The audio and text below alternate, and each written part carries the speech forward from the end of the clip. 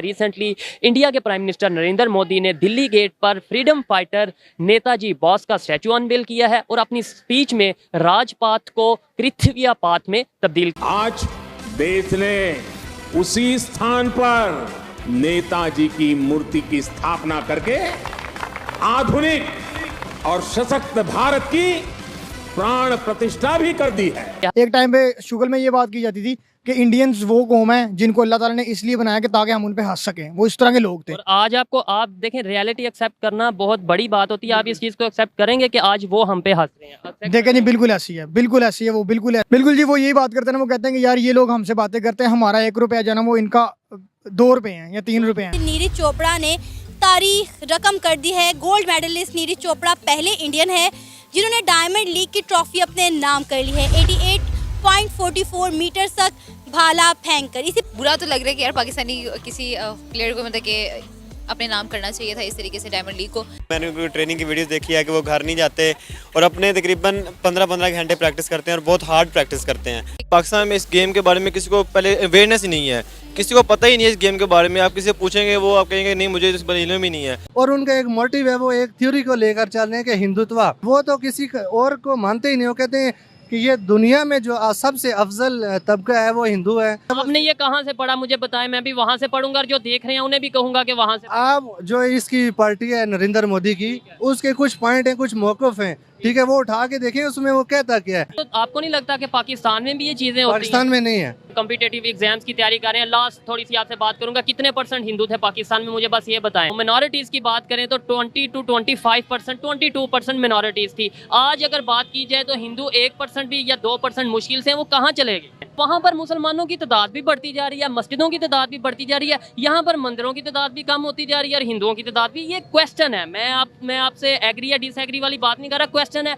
इसका आंसर दें। सॉरी, इसका आंसर रहा है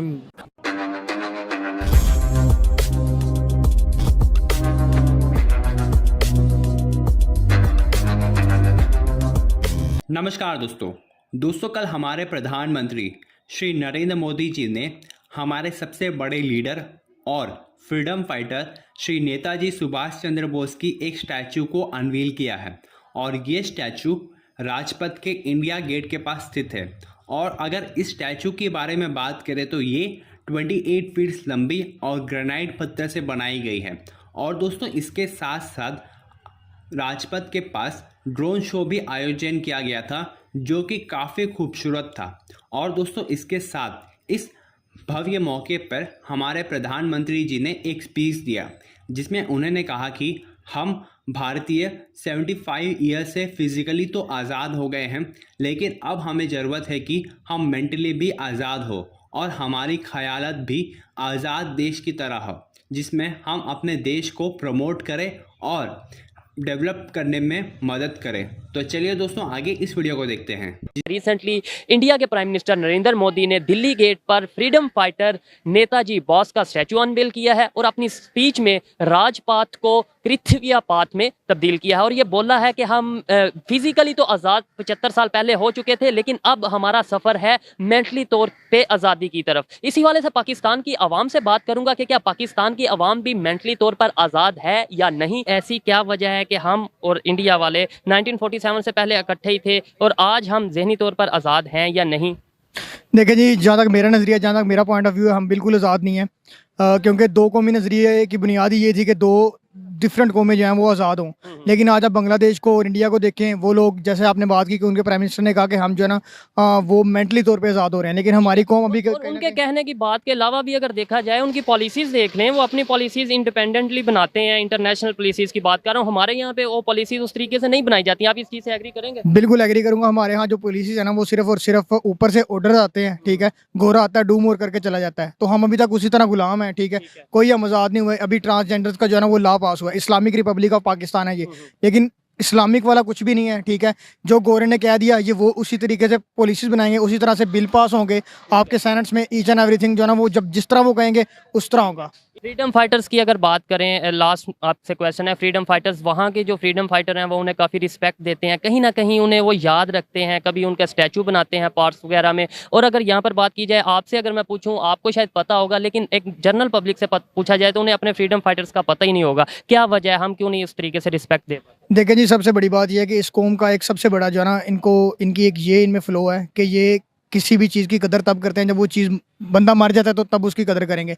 मैं एज ए इंजीनियर मैं आपको बताता हूँ कि पाकिस्तान की इंजीनियरिंग जो है ना वो टॉप क्लास है, लेकिन इंजीनियर्स की भी, आपने फ्रीडम फाइटर की बात की, मैं एग्जांपल से बात कर रहा हूँ कि इंजीनियर्स की भी इधर कदर नहीं होती। ये इंजीनियर जब बाहर के मुल्कों में जाकर सर्व करते हैं, उधर उनकी कंट्रीज़ का नाम रोशन करते हैं, फिर ये कहते हैं कि जी देखिए हमारे पाकिस्तान का बच्चा उधर जाकर उन्होंने ये नाम रोशन किया। तो इस मुल्क में इन चीज़ों की कदर ही नहीं है। इस मुल्क में जो अच्छा बंदा है, फ्रीडम फाइटर है, कुछ भी है, टैलेंटेड बंदा है, इसकी कदर ही नहीं करते, उल्टा उसको दबाते हैं, उसको नीचे करते हैं। तो ये मुल्क कैसे आगे जा सकता है? इंडिया ने ऐसा क्या किया कि उनके जो उनसे जहनी तौर पर हमारे से बेहतर, आपने बोला कि वो इसलिए आज़ाद हैं, ये वो, उन्होंने आखिर क्या ऐसा किया, ऐसी पॉलिसीज़ कौन सी बनाई, अपने अवाम को कौन सी ऐसी फैसिलिटीज़ दी कि वो जहनी तौर पर बेहतर हो गए? As come if we talk about the youth, तो आई थिंक सो कि जो सबसे बड़ी उन्होंने चीज़ की वो ये थी कि अपने गवर्नमेंट के साथ जिस तरह उन्होंने कहा वो उसके साथ स्टिक रहे। अपने जो अदारे हैं वो उनकी बात मानते हैं। इधर पाकिस्तानी जो कौम है वो अपने अदारों की बात नहीं सुनती, ठीक है। तो ये एक बड़ी चीज़ है कि इंडिया की यूथ जो है ना वो, हालांकि एक टाइम पे शुगर में ये बात की जाती थी कि इंडियंस वो कौम है जिनको अल्लाह ताला ने इसलिए बनाया कि ताकि हम उन पे हंस सकें, वो इस तरह के लोग थे। और आज आप देखें, रियलिटी एक्सेप्ट करना बहुत बड़ी बात होती है। आप इस चीज़ को एक्सेप्ट करेंगे कि आज वो हम पे हंस रहे हैं? Accept देखें जी, बिल्कुल ऐसी है, बिल्कुल ऐसी है, वो बिल्कुल ऐसी कुछ है। लोगों को ये बातें बुरी लगती हैं, लेकिन हकीकत है, मैं चुप कर जाऊंगा, ये चुप कर जाएंगे, तो हकीकत बदल तो नहीं जाएगी। बिल्कुल जी, वो यही बात करते हैं ना, वो कहते हैं कि यार ये लोग हमसे बातें करते हैं, हमारा 1 रुपया जो है ना वो इनका 2 रुपये हैं या 3 रुपये हैं, ठीक है। तो वो ये बात करते हैं, तो आई थिंक सो इसके हमें, अलावा हर फील्ड की बात, किसी भी फील्ड की बात कीजिए, देखें वो आगे निकल चुके हैं। और ये मैं नहीं कह रहा, ये इंटरनेशनल जो अदारे हैं उनकी रिपोर्ट्स हैं, IMF की रिपोर्ट है कि हम जो से हैं बहुत सी चीज़ों में, बल्कि इंडिया वालों की अगर बात की जाए वो इंफ्रास्ट्रक्चर में, एजुकेशन में, हेल्थ में, IT में हमारे से आगे हैं। बिल्कुल जी, वो हर सेक्टर में आ गए हैं। रतन टाटा को देख लें आप, ठीक है, उसके बाद उनका अंबानी देख लें, इकोनॉमिक सेंटर आप उनका देख लें, IT देख लें, जो गूगल का CEO है कौन है, वो इंडियन है, ठीक है।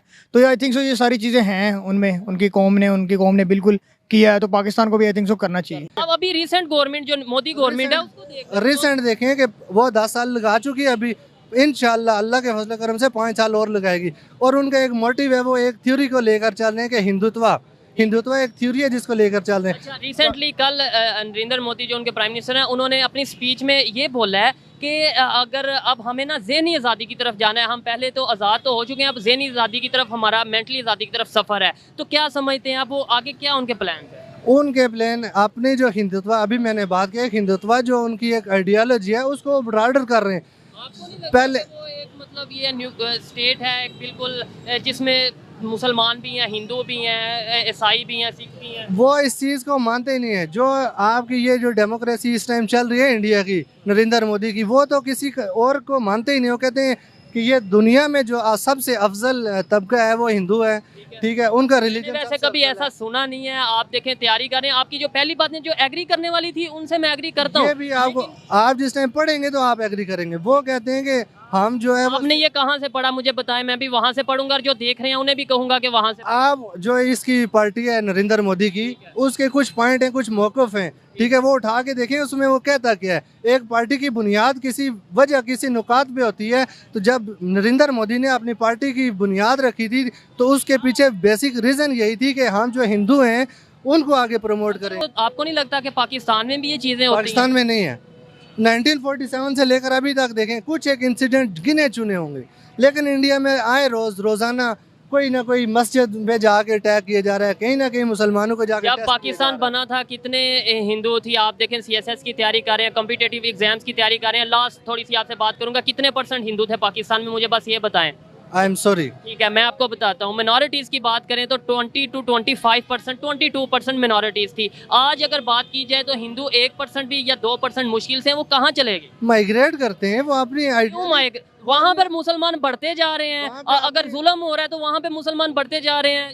वहाँ पे वो लोग अपनी आइडियोलॉजी के लिए जा रहे हैं, कोशिशें कर रहे हैं। यहाँ से भी ज़्यादा से ज़्यादा लोग माइग्रेट होकर बाहर के कंट्रीज़ में जा रहे हैं, वहाँ से यहाँ पे पैसा भेज रहे हैं। ठीक है, वहाँ पे मेरी बात नहीं समझे आप देखें जो कह रहे हैं वो आपका पॉइंट ऑफ व्यू है, मैं वो आपकी बात है। मैं ये कह रहा हूँ आपने कहा वहाँ पर बहुत जुल्म होता है मुसलमानों पर, मस्जिदों पर, ये वो, वहाँ पर मुसलमानों की तादाद भी बढ़ती जा रही है, मस्जिदों की तादाद भी बढ़ती जा रही है, यहाँ पर मंदिरों की तादाद भी कम होती जा रही है और हिंदुओं की तादाद भी। ये क्वेश्चन है, मैं आपसे एग्री या डिसएग्री वाली बात नहीं कर रहा, क्वेश्चन है, इसका आंसर दें।